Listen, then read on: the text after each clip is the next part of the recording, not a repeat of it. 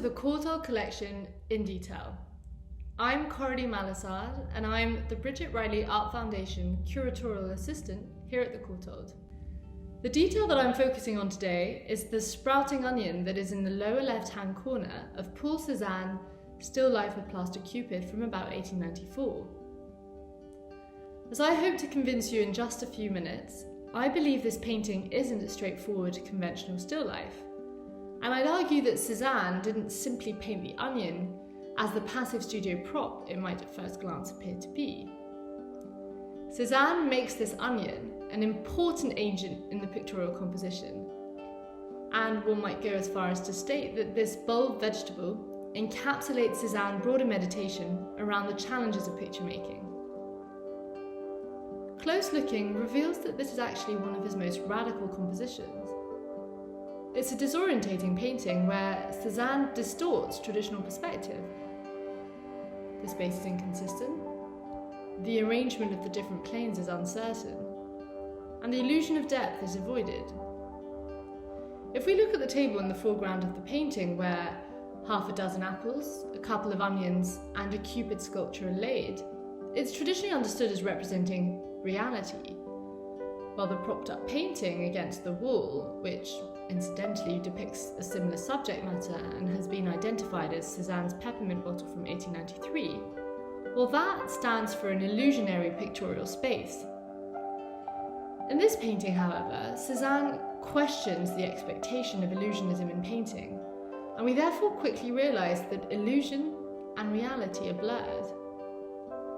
If we focus on the relationship between the real fruit in the studio, those depicted on the table in the foreground, and the ones we see painted on the propped up canvas, our eyes keep having to move back and forth to the point where both depictions of fruit become virtually indistinguishable.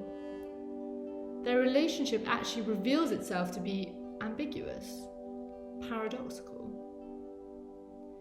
This is where the sprouting onion really comes into action, because it seems to exist precisely in that liminal space where illusion and reality are blurred.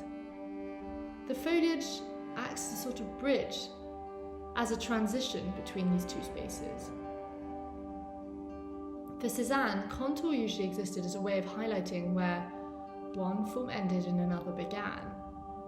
But here, there is no precise contouring. The stem seems almost painted into the canvas leaning up on the floor.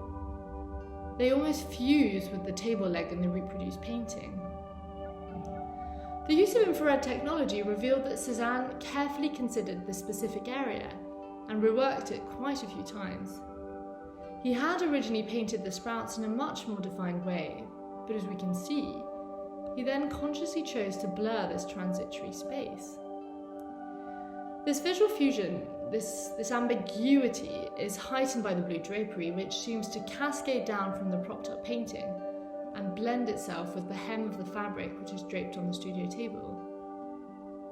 The uncertainty of the space is further enhanced by the fact that the junction between the onion and its green stem is made to align with the bottom of the propped up canvas.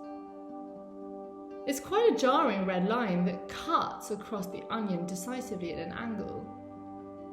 Here we see Cézanne using red as an outline colour in order to throw things into question and contrast.